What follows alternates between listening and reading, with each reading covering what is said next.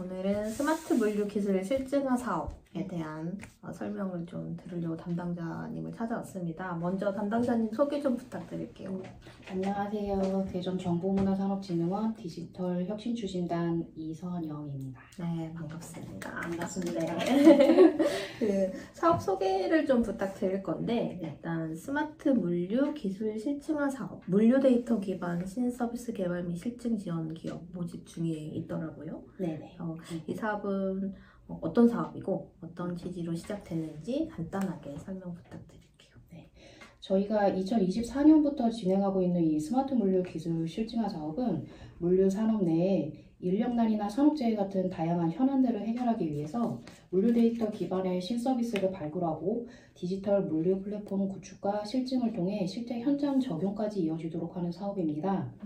그래서 그 중에서도 이번에 모집하는 물류 데이터 기반 신서비스 개발 및 실증 지원 사업은 이 전체 사업 안에 포함된 하위 지원 사업인데요. 대전시의 주력 산업과 물류 산업을 연계해서 현장 문제를 해결하고 지역 기업의 기술 경쟁력 강화랑 일자리 창출까지 함께 도모하는 걸 목표로 하고 있습니다. 물류 데이터라고 하면 흔히 우리가 생각하는 택배 이런 걸 말씀하시는 거예요? 물류 데이터. 네, 그렇죠. 저희가 이제 실생활에서 사용하고 있는 그런 택배나 이제 물류에서 이제 사용되고 있는 뭐 개인 정보 같은 것도 네, 그런 뭐 상차나 하차에서 사용하게 되는 그런 데이터까지 다 포함해서 포괄적인 범위라고 생각하시면 됩니다. 아, 그렇군요. 총 몇 개 과제 지원 분야가 있죠? 5개 과제입니다. 네, 5개 그래서 과제. 지정 과제 4종에 자유 과제 1종 해서 총 5개 과제인데요. 네, 첫 번째 그 물류센터 전기 화재 설비 이상 실시간 감지 서비스는 현안 해결형 과제로서 저희가 이제 물류센터에 이제 화재라든가 아니면 설비 고장이 빈번하게 발생을 하는데 이런 그런 문제점을 사전에 감지를 해서 갑작스러운 사고로 인해서 이제 물류 흐름이 중단된다거나 서비스가 지연된다거나 이런 거를 미리 방지하고자 하는 그 과제입니다. 그 얼마 전에 몇 년 전인가요? 쿠팡 그 물류센터에서도 화재가 났었잖아요. 그래서 물류가 막 적재되어 있는데 그 화재가 나면 엄청 큰 화재로 번지더라고요. 근데 그걸 사전에 방지하는 서비스를 개발하는 거네요. 네, 특히 전기 화재 설비 이상이라고 분야를 지정되어 있는데, 이 부분은 이제 저희가 알아보다 보니까 보통 이제 이 화재가 대부분 전기 화재더라고요. 이제 아무래도 설비가 다 전기 설비다 보니까 그 부분에서 문제가 생기거나 하면은 그게 이제 화재로 바로 이어지게 되는 그런 큰 위험을 이제 방지하고자 하는 겁니다. 그래서 물류센터 안에 있는 전기 화재 설비 이상에 대한 실시간 감지 서비스를 개발하는 거네요. 요거 지원금이 총 얼마죠? 이거는 올해 2억 3천 그리고 내년 1억 3천 해서 총 3억 6천입니다. 그럼 이번에 지원이 만약에 선정이 되면 2년간 지원받는 사업인가요? 네네. 그렇습니다. 총 2년간 지원을 받게 되고 사업비는 1차년도 2억 3천, 2차년도 1억 3천에서 3억 6천 이렇게 되네요. 실증 필요라고 되어 있어요. 공고문을 보니까 이게 어떤 내용이죠? 저희가 이제 아무래도 그 스마트 물류 기술 실증화 사업 내에서 진행을 하고 있는 지원 사업이다 보니까 실증 필요라고 적혀 있는 과제들이 4가지가 있는데요. 이 부분은 이제 과제를 수행을 하면서 실제 이제 물류센터나 같은 데 실증을 해보고 그리고 이제 사업화까지 적용을 할 수 있는 그런 과제로 저희가 지정을 해놨습니다.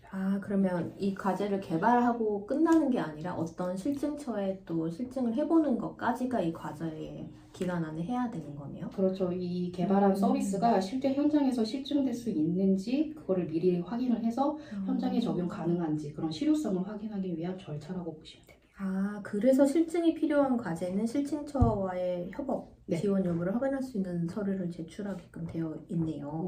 그러면 총 2차년도 중에 1차년도는 그 서비스를 개발을 하고 2차년도에 실증을 하는 건가요? 네, 그렇게 되어 있습니다. 이게 개발이 된다면 참 좋을 것 같아요. 그럼 두 번째, 지역 유휴 자원 활용 물류 플랫폼이라는 과제가 있더라고요. 이거는 어떤 과제인가요? 이거는 그 일반인 분들도 이제 시중에서 많이 보셨을 텐데요. 저희 그 대전 지역 내에서 이제 유휴 자원들이 좀 많아요. 운송 공차라든지 아니면은 물류 창고라든지 이게 큰 대기업이 아닌 이제 소규모의 경우에는 좀 약간 활용도가 좀 떨어질 수가 있거든요. 그러니까 이런 활용도가 떨어지는 것들을 이제 모아서 더 필요한 사람들이 그때 사용을 할 수 있도록 효율성을 극대화할 수 있는 서비스입니다. 네, 그렇죠. 공차도 그렇고 창고도 그렇고 저희가 일단은 공차 창고뿐만 아니라 물류에 관련된 모든 그런 장비 같은 경우도 다 포함이 되거든요. 네. 네, 그래서 여기에 뭐 다른 물류 관련 장비가 있다면은 그것도 활용할 수 있습니다. 네. 여러 가지 유휴 자원들을 활용할 수 있는 플랫폼을 개발하는 게 두 번째 지정 과제의 RFP였습니다. 이거는 사업비가 얼마죠? 네, 이거는 올해 25년도 1억 8천, 내년 1억 3천 해서 총 3억 1천입니다. 이것도 실증 필요한 과제고요. 네, 이것도 필요합니다. 과제마다 좀 사업비들이 다르네요. 네, 과제별로 다 차등을 지원을 하고 있고요. 네, 아무래도 내용에 따라서 조금 달라질 수 있어서 좀 참고를 해주셨으면 좋겠습니다. 세 번째, 이 과제가 저는 재밌었어요. 친환경 포장 정보 공유 설계 플랫폼, 스펙 서비스라는 게 있는데 이게 제목만 봐서는 지금 ESG가 화두인 현 시점에서 엄청난 그 시선을 끌 수 있는 과제인 것 같더라고요. 예. 주제 자체는 정말 신선하고요. 지금 현재 저희 그 흐름에 맞는 그런 리사이클링이 맞아요. 신선합니다. 네. 이건 어떤 거 설명만 잠깐 해주실 수 있어요? 이거는 이제 아무래도 저희가 요새 그런 물류 환경이 커지다 보니까 물류 산업이 커지면서 아무래도 그런 환경 오염이라든가 아니면은 재활용을 할 수 있음에도 불구하고 그런 포장재 같은 것들이 엄청 쓰레기가 많이 나오고 있는 실태예요. 그래가지고 이제 그런 현안을 조금 해결을 해보자 이런 취지에서 과제를 제안을 했는데요. 일단 이제 소비자들이 이제 자신이 이제 써보면서 좋은 포장재를 이제 재활용할 수 있는 아이디어가 있다면은 적극적으로 그 앱에서 제안을 할 수 있고요. 그리고 기업에서도 이제 친환경 포장재 같은 이제 새로운 신선한 것들이 나왔을 때 추천을 해줄 수 있는 그런 과제라고 보시면 됩니다. 유일하게 이 과제만 실증 필요가 없더라고요. 네, 없습니다. 이거는 아무래도 실증처가 따로 필요하지 않은 과제라고 생각이 들어서 그렇게 바로 사업화로 이어질 수 있는 그런 과제입니다. 이것도 그런데 1, 2차 년도 지원이 가능하고 이건 실증까지는 필요 없는 과제이네요. 재밌을 것 같아요. 결과물 어떤 기업이 뽑힐지 참 기대가 됩니다.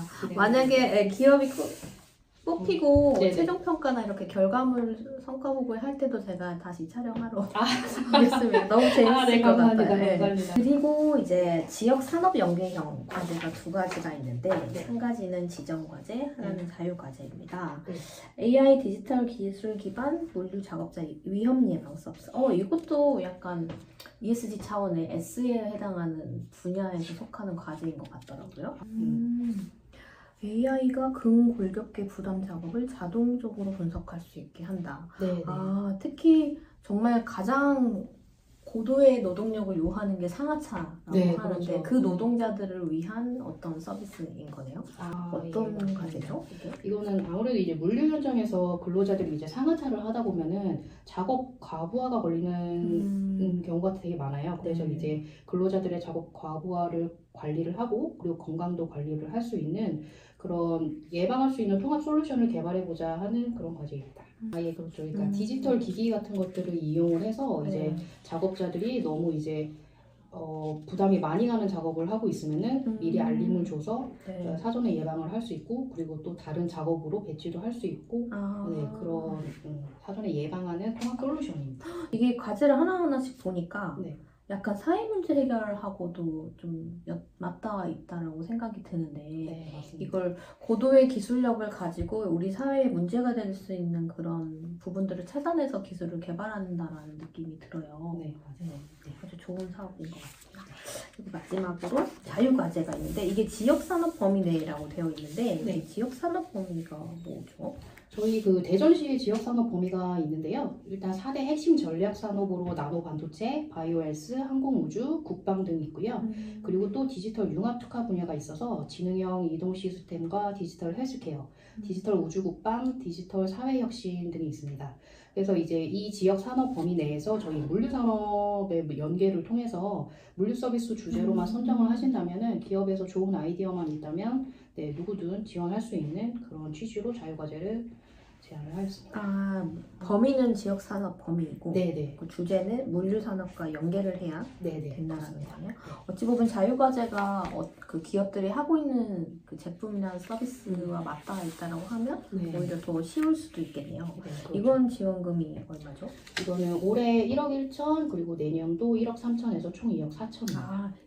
아, 지원 범위나 사업비를 다 설명을 해주셨는데 네.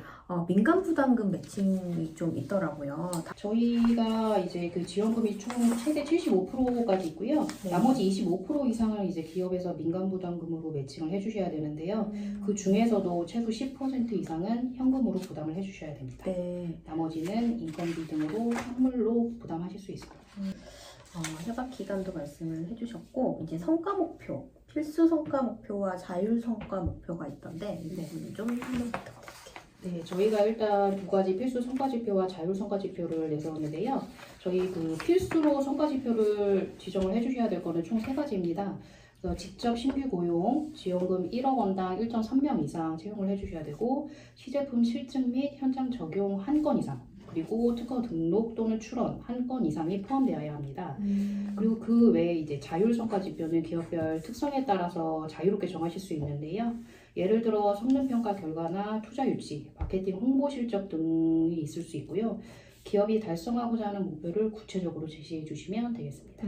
필수 성과 지표가 생각보다 적네요. 이렇게 개발하다 보면 자연스럽게 이루어질 수 있는 것들만 공통 지표를 해놨고 네, 맞습니다. 그러면 자율 성과 지표를 조금 그래도 욕심내서 하는 게 이제 경쟁 PT를 더 해야 되니까 아, 그렇죠. 네, 네, 좀 이게 더 경쟁력이 있을 것 같습니다. 그렇겠네요. 네. 필수 지표라고 해서 그것만 넣지 마시고 네. 자율 성과 지표에서 할 수 있는 부분들은 좀 많이 작성을 해서 꼭 근데 이제 달성 가능한 것들 네, 수치를 그렇죠. 넣어야 달성 되겠죠? 가능한 네, 목표여야 네. 됩니다. 네.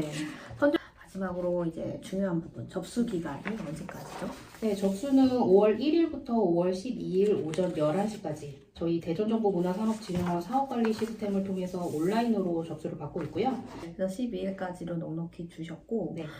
이걸 사업관리 시스템이 이제 마지막 날 접수를 하다 보면 네. 좀 버벅거리거나 과부하가 걸릴 경우에 이제 시간이 넘어갈 때가 있어요. 그러니까 네. 반드시 이제 하루 전에 먼저 네, 네, 네. 다 서류들을 올려놓으시는 게 좋을 것 같아요. 왜냐면 접수 마감 시간 이후에는 아예 네. 접수도 안 되고 접수가 네, 불가합니다. 이메일 접수도 어려우니까 네, 이제 네. 꼭 꼭 지켜주시면 해서 되겠습니다. 네, 해주시면 좋을 것 같아요. 감사합니다. 감사합니다. 네, 수고하셨습니다.